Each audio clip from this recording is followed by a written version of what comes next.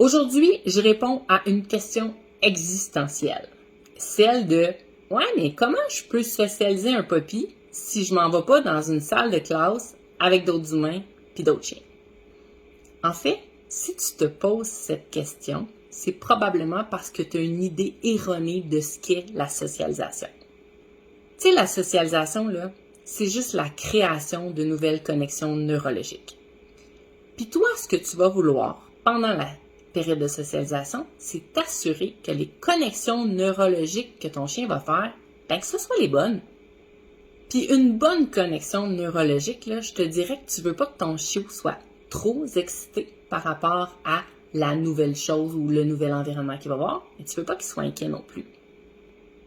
Mais on fait comment pour vérifier ça?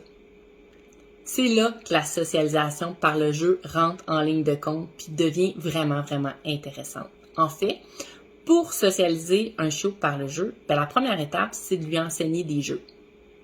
Puis ça, c'est bien difficile dans une salle de classe avec d'autres chiens puis d'autres humains parce que c'est beaucoup de distractions.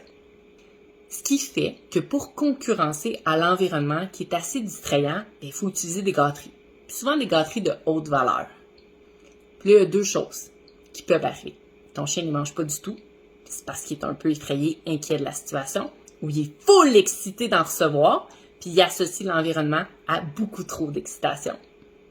Mais nous, c'est pas ça qu'on veut. C'est pas ça qu'on veut. On veut que l'environnement devienne un décor. On veut que l'environnement ne crée pas plus d'excitation ou plus d'inquiétude à ton chiot.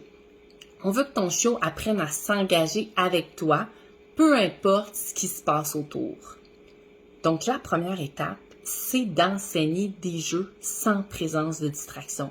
Puis le meilleur endroit pour faire ça, c'est tu sais où? C'est dans ton salon.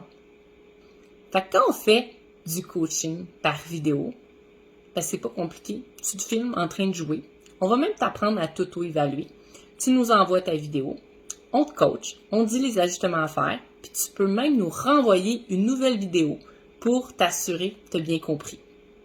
Et une fois que tu maîtrises les jeux, tu vas pouvoir sortir à l'extérieur et commencer à les utiliser pour provoquer des bonnes décisions chez ton chiot.